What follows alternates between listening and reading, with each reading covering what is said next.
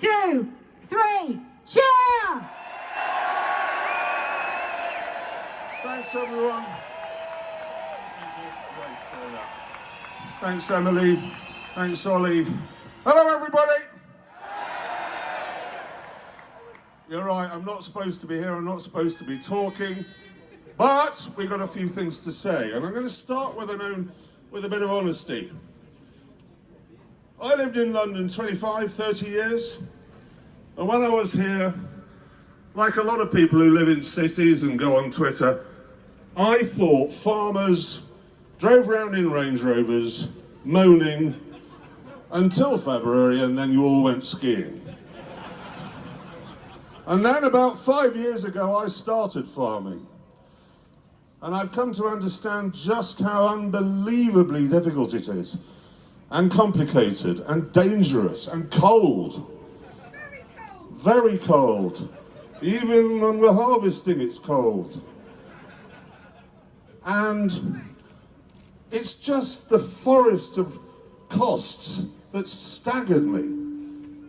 £200,000. Somebody needs to turn their mics off. £200,000. We need a medic. Medic. We need a medic to the right. We have a medic over to by the building. Building doesn't narrow it down, Ollie. I'm going to say to the right of the stage. To the north of the stage at 3 o'clock. Okay, so as we all know, everyone down there, you know a tractor. £200,000 for a medium-sized one. A combine, £500,000. All the equipment costs a fortune. And if you try to price what you're selling to accommodate that, there's just a lot of moaning. You get people saying, well, I shouldn't pay that.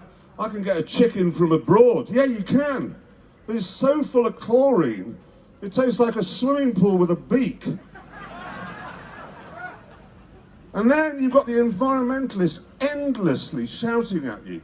Oh, your cows, they're altering the composition of the gases in the upper atmosphere, and your fertilizers ruining the trouty freshness of our streams and rivers. And I know sometimes you just think, what's the point? We're just trying to make breakfast, lunch and dinner, and it's just this endless whinging and there's no money in it. And the regulations. Some of you down there will know what I'm on about when I say we got a lot of GS4 this year on the farm.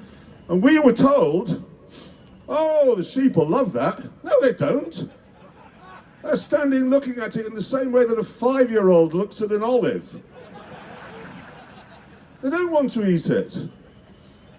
And so we have all of this complication and all of this cost.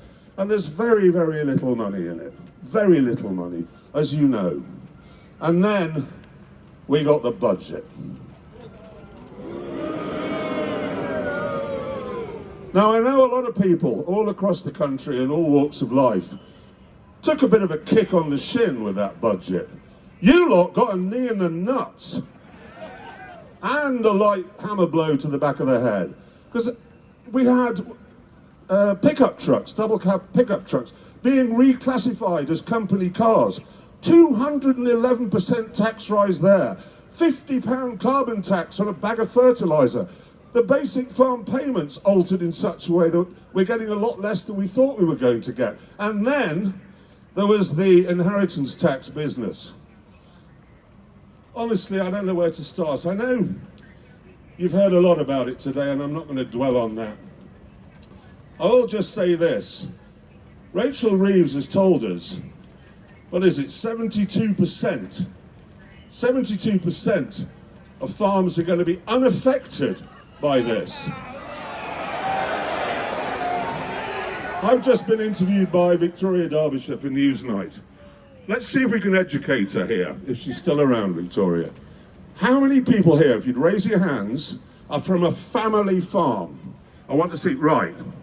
I hope you can see that. I hope we've got our cameras from the show up high to see. That's a lot of hands. Now, keep them up, and I want you to lower them if you think, and you've had time to work this out, you think you're going to be unaffected by the changes to APR and BPR. Put your hands down if you're going to be unaffected. Thank you. My case rests. I want Newsnight to see that. She was trotting out.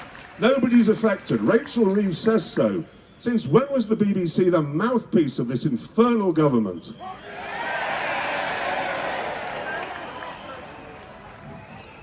I've got to get the brakes on. The trouble is I'm off my tits on codeine and paracetamol up here. I don't know what I'm saying. But I do want to finish, if I may, with a message to the government. I do. Not a shouty one, it's this. For the sake of everybody here, and for all the farmers who are stuck at home today, paralysed by a fog of despair over what's been foisted upon them, I beg of the government to be big, to accept that this was rushed through, it wasn't thought out, and it's a mistake. That's the big thing to do, admit it, and back down. Thank you, everybody. Have a great day.